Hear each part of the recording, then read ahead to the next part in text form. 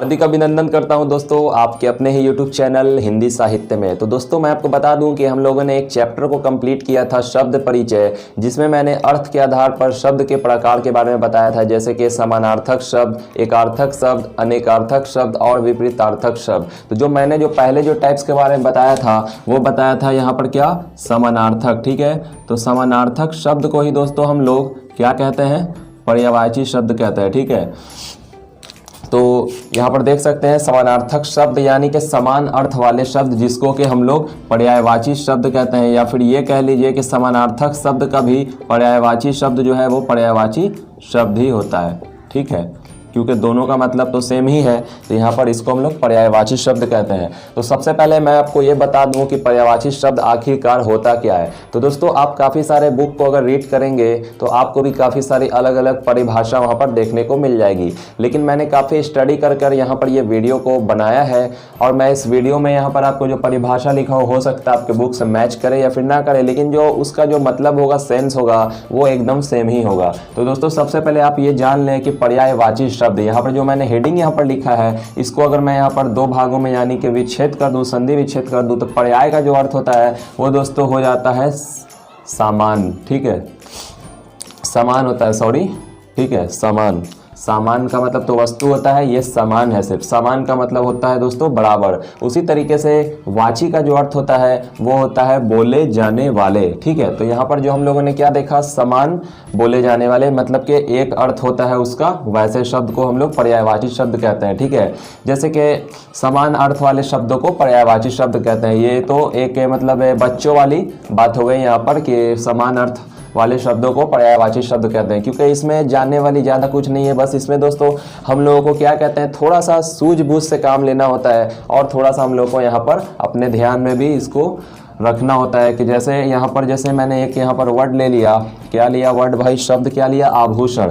तो दोस्तों काफ़ी सारे ज्वेलरी के दुकान में आप गए होंगे तो वहाँ पे लिखा रहता है कि 22 कैरेट एंड 23 कैरेट सोना एवं चांदी आभूषणों के विक्रेता। तो ये जो आभूषण होता है वो क्या होता है दोस्तों, आभूषण ये जो संस्कृत का ये जो वर्ड है, तो देखिए यहाँ पर आभूषण का मतलब होता है गहना। ठीक है, उसी तरीके से गहने को हम लोग जेवर भी कह देते हैं, अलंकार भी कह देते हैं। तो ये आखिर इन तीनों का भी ये जो अर्थ है वो यहाँ पर क्या निकल के आ रहा है, सारे का अर्थ सेम ही है, चाहे आप गहना कहिए, जेवर कहिए या अलंकार कहिए, लेकिन अलग अलग वाक्यों में अलग अलग प्रयोग इन लोगों का होता है। जैसे कहीं पे गहने का प्रयोग होता है, कहीं पे जेवर का, तो कहीं पे अलंकार का। ठीक है, और ये जो शब्द होते हैं कहीं पर ये स्त्रीलिंग के रूप में प्रयोग होते हैं और कहीं पे पुल्लिंग के। ठीक है, जैसे कि आंधी। ठीक है, तो आंधी को यहाँ पर हम तीन, यहाँ पर मैंने पर्यायवाची शब्द तो कई से काफ़ी सारे होते हैं कई शब्दों के, लेकिन मैंने यहाँ पर सबके तीन तीन ही लिखे हैं। जैसे कि आंधी की अगर बात करूँ तो जो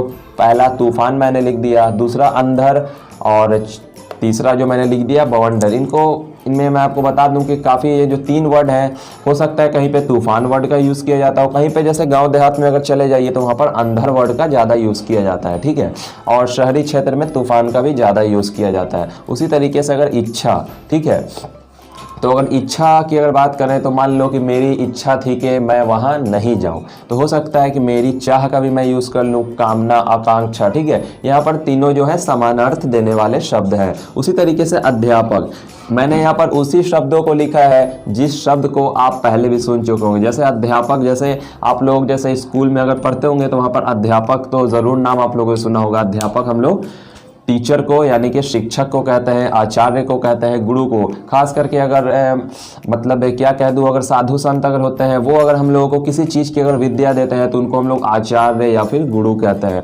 उसी तरीके से अगर ईश्वर, ठीक है, तो ईश्वर तो भाई हर कोई जानता है, हर धर्म वाले लोग जानते हैं कि आखिर ईश्वर कौन होते हैं, लेकिन अलग अलग धर्म के लोग अलग अलग शब्दों का इस्तेमाल करते हैं ईश्वर को कहने के लिए। जैसे कि कोई परमात्मा कह देता है तो कोई भगवान कह देता है, और मुस्लिम कम्युनिटी के लोग यहाँ पर अल्लाह कह देते हैं। ठीक है, उसी तरीके से जो क्रोध है, ठीक है, क्रोध का मतलब होता है गुस्सा, आवेश, जैसे बोलते हैं ना, क्रोध में आकर कोई फैसला नहीं लेना चाहिए, उसी तरीके से गुस्से में आकर कोई फैसला नहीं लेना चाहिए, आवेश में आकर कोई फैसला नहीं लेना चाहिए, तैस में आकर मत बोलो। इन सब वाक्यों में हम लोग प्रयोग करते हैं इन सभी शब्दों का। उसी तरीके से पवन, इसको तो हर कोई जानता है कि हवा, वायु, समीर, यहाँ पर तीनों एक ही अर्थ देने वाले। उसी तरीके से पृथ्वी, पृथ्वी को भू भी कहते हैं, धरती भी कहते हैं, भूमि भी कहते हैं। अब चलिए यहाँ पर चार जो शब्द और हैं, जैसे कि उजाला, तो उजाला का मतलब यहाँ पर प्रकाश, रोशनी और चांदनी, सब यहाँ पर जो है सबसे उजाला यहाँ पर मिल रहा है। ठीक है, यहाँ पर जितने भी तीनों जो शब्द हैं उसका मतलब एक ही है। उसी तरीके से एहसान,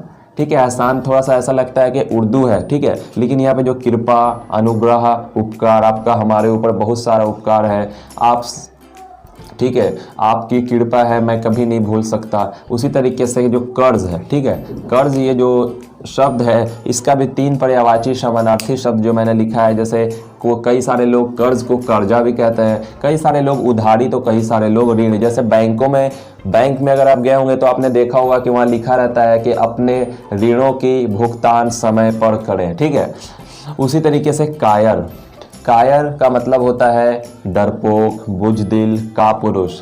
ठीक है, और मैं आपको एक चीज़ और बता दूं कि जिस शब्द में अगर का अगर लग गया शुरू में, ठीक है, तो ऐसा देखा गया है कि मतलब वो जो शब्द होता है वो नकारात्मक हो जाता है। ठीक है, जैसे कि मैं कह दूं कुसंगति, संगति का मतलब वो साथ में रहने वाले, कु लग गया यानी कि बुरी संगति। ठीक है, तो अब उम्मीद करता हूँ कि ये छोटी सी भी वीडियो आपको काफ़ी पसंद आई होगी, और यहाँ पर काफ़ी सारे जो यहाँ पर शब्दों को मैंने पर्यायवाची शब्द लिखा, हो सकता है इनमें इच्छा के जो 3 पर्यायवाची शब्द है, चाह, कामना, आकांक्षा, हो सकता है आपको बुक में और भी देखने को मिले। तो आपको जो आसान लगे आप उस शब्द को याद कर लेंगे। ठीक है, आप क्योंकि आपके एग्जामिनेशन में, आपके परीक्षा में ज़रूरी से ज़रूरी ये क्वेश्चन आते ही हैं, और मैक्सिमम यानी कि अधिकतम एग्जामिनेशन में तो ये क्वेश्चन आता ही है कि भाई इसका पर्यायवाची शब्द अगर ये है तो फिर इसका क्या होगा, या फिर 3 पर्यायवाची शब्द लिखे, इनमें से कौन इनके पर्यायवाची शब्द नहीं है। तो दोस्तों मैं उम्मीद करता हूँ कि वीडियो आपको पसंद आई होगी, तो वीडियो को लाइक कर दीजिएगा